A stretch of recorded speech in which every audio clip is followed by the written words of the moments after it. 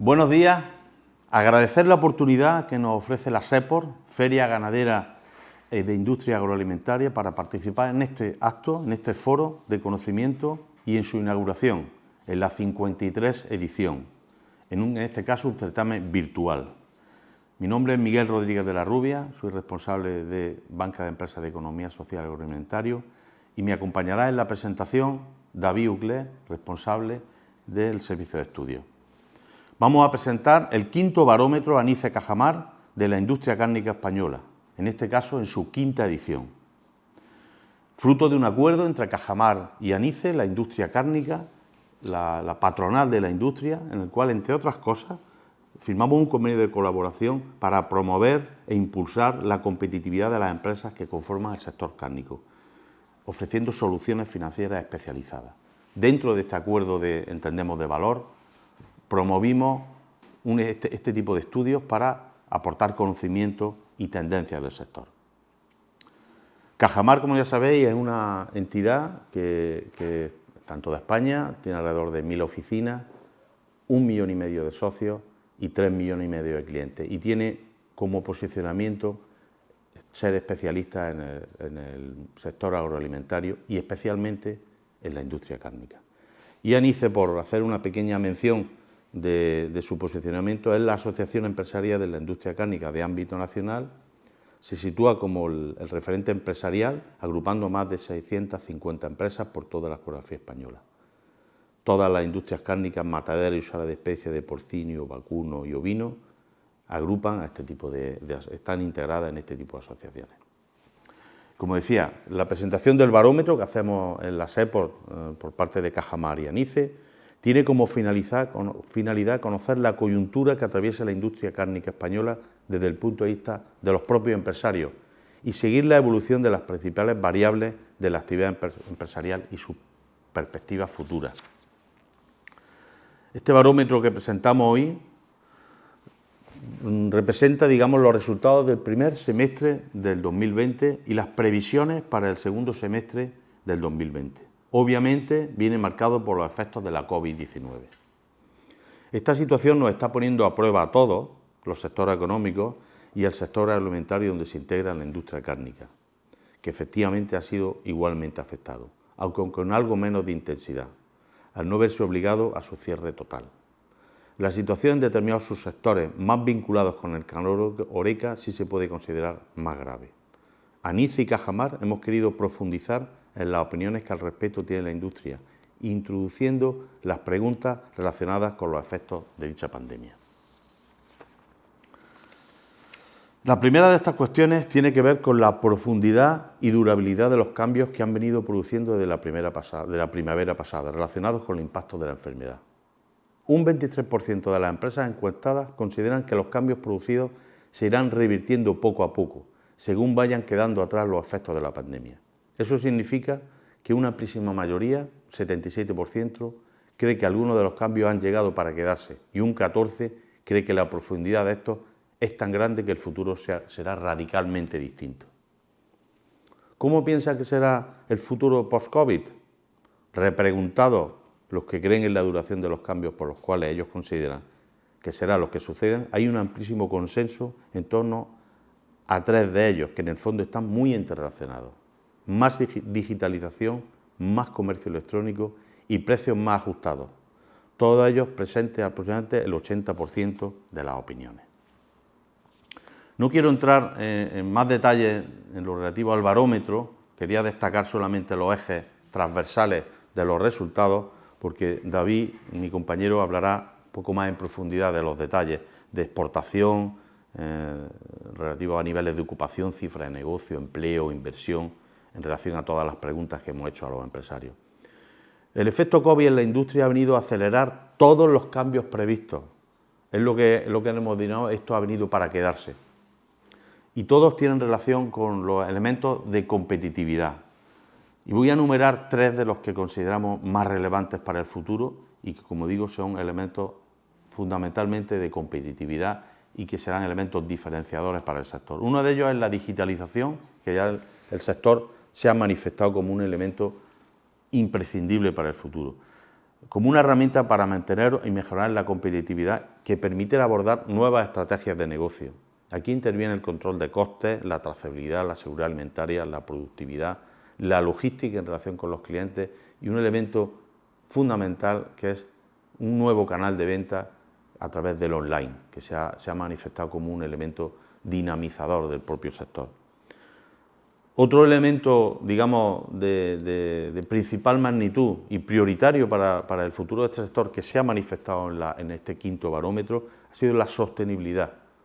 Hoy lo es todo en cualquier sector agroalimentario, pero en especial también en el cárnico. No solo entendido como una gestión eficiente de los recursos, sino una sostenibilidad entendida en el aspecto económico, social y medioambiental, lo que llaman la revolución verde. Este un tema será especialmente relevante, como digo, para la industria. Y cómo no, todo lo que tiene que ver, y en un tercer apartado, todo lo que tiene que ver con la salud, en ese binomio alimentación y salud. Entendemos que no producimos carne, sino que producimos alimentos y vendemos salud. La nutrición, el bienestar animal, la calidad y la seguridad alimentaria serán elementos diferenciadores y serán intangibles dentro de este propio sector. Serán las inversiones que en los próximos tiempos el propio sector ha decidido que tiene que impulsar decididamente. Estos serían los ejes estratégicos de este sector cárnico, manifestado, como digo, en el barómetro como una fórmula de herramienta de identificar las nuevas tendencias de futuro que ya son presentes y que por tanto se han manifestado de una forma especialmente disruptiva con ocasión de la crisis de la pandemia del COVID-19 y que han hecho que de alguna forma se aceleren y se pongan de manifiesto con antelación.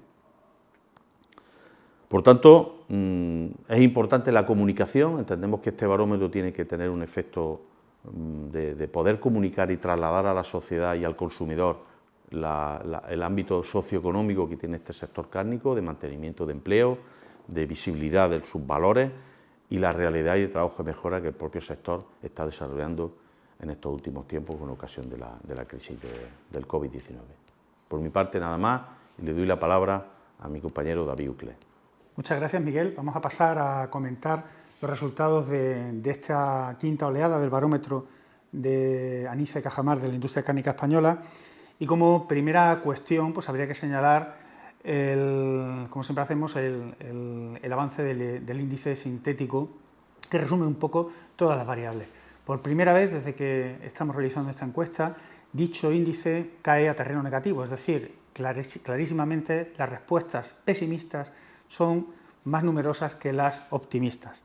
Y de cara a la segunda parte del año, al segundo semestre de 2020, la situación mejora, pero solo ligeramente. Es decir, dentro del pesimismo, en teoría, pues las empresas nos están diciendo que la cosa seguirá yendo mal, pero no tan mal como en el primer semestre.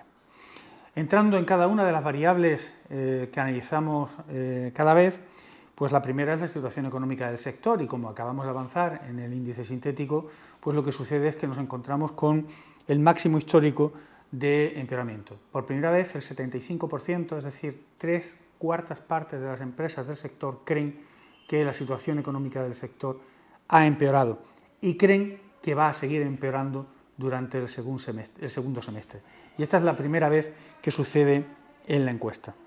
Si vamos viendo ahora, por ejemplo, la cifra de negocio, pues nos daremos cuenta de dónde viene ese pesimismo que hemos anticipado. Para empezar, en esta ocasión el número de empresas que creen que aumentará su facturación no llega al 15%, es el mínimo histórico de la serie, y por el contrario, casi un 66%, es decir, un tercio de las empresas cree que va a reducir sus ventas, su facturación. Y esto es curioso si lo interrelacionamos con otra variable que analizamos a continuación, que son las exportaciones. Recuerden, hemos dicho que el 66% de las empresas creen que va a bajar la facturación. Sin embargo, cuando hablamos de las exportaciones, vemos que el número de empresas exportadoras prácticamente se mantiene estable, es decir, en torno al 73-75% de las empresas van a seguir exportando, exportan y van a seguir exportando en el próximo semestre. Y es interesante ver cuando les preguntamos por la evolución de las exportaciones, de esas ventas al exterior. Es verdad que el porcentaje de empresas que dicen que han aumentado las ventas ha caído drásticamente, pero sigue estando por encima de aquellas empresas que creen que van a reducir sus ventas. Y si antes el 66% pensaba que iban a disminuir el volumen general de ventas, ahora solo el 33% creen que van a reducir sus exportaciones. Por lo tanto, una primera conclusión y muy importante, muy relevante de este barómetro es que aquellas empresas que están involucradas con los mercados exteriores van o están viendo un menor impacto negativo en su cifra de negocio que aquellas empresas que solo venden en el mercado nacional. Si pasamos ahora al ámbito de las existencias, de los stocks, pues como era de esperar, una reducción de las ventas pues lleva incorporada o lleva acarreada un mayor aumento de las existencias. Además, normalmente en este primer semestre para algunos subsectores se producía un aumento de los stocks para hacer frente a su época alta, a su periodo más alto de ventas, que se concentraba en verano y navidades, y por lo tanto durante los primeros 6 meses iban aumentando los stocks. En este caso pues se han juntado las dos cuestiones. Otra señal negativa sería la evolución de la plantilla. Es clarísimamente evidente con los resultados de este semestre que el ciclo de expansión del empleo en el sector podemos darlo por finalizado, al menos en este primer semestre y probablemente para el año 2020 en su conjunto. Es el mínimo de empresas que aumentarán plantilla y es el máximo de empresas que bajarán en plantilla. Y por lo tanto, como ya les he dicho, lo que sucederá es que probablemente en el conjunto del sector caiga el empleo. Y aquellas pocas empresas que van a aumentar la plantilla, muy pocas, ya digo que no llega al 15%, pues probablemente no, con toda seguridad, la razón es el aumento de la actividad. Es decir, esas poquitas que creen que van a aumentar ventas, que van a aumentar plantilla, lo van a hacer porque creen que van a aumentar las ventas. El ámbito de la inversión es también uno de los que nos gusta seguir con detenimiento. Y, lógicamente, si las expectativas de ventas son bajas, también lo son las expectativas de inversión, que digamos que se alimentan de esas previsiones. Y además, si comparamos con el semestre anterior, nos damos cuenta de que el porcentaje de empresas que dicen que van a poner en marcha proyectos de inversión disminuye de manera importante. Y además lo hace en el capítulo de la inversión en activo fijo. Es lógico, es decir, si la expectativa previa era de aumento de ventas y esa expectativa se frustra, pues lógicamente los proyectos de inversión que iban enraizados o iban enlazados con esa visión de aumento de ventas, lógicamente quedan parados, quedan en el dique. Lo que sí que es cierto es que sigue habiendo un porcentaje importante de empresas que va a invertir y aumenta el porcentaje de empresas que dice que va a invertir en activos intangibles. Y esos activos intangibles, como bien ha señalado Miguel anteriormente, son activos que van a ayudar a diferenciar nuestras producciones, que van a ayudar a diferenciar los productos. En un entorno de menores ventas, el factor precio tiende a ser muy relevante. Pero claro, si vamos a competir en precio, probablemente será mucho más difícil, habrá mucha mayor competencia. Lo importante aquí, por lo tanto, es conseguir diferenciarse. Y parece que las empresas están haciendo esta lectura. Con respecto al precio de las materias primas, que es una variable importantísima para el sector, vemos que hemos pasado del máximo histórico de la serie en el anterior semestre al mínimo histórico del mismo.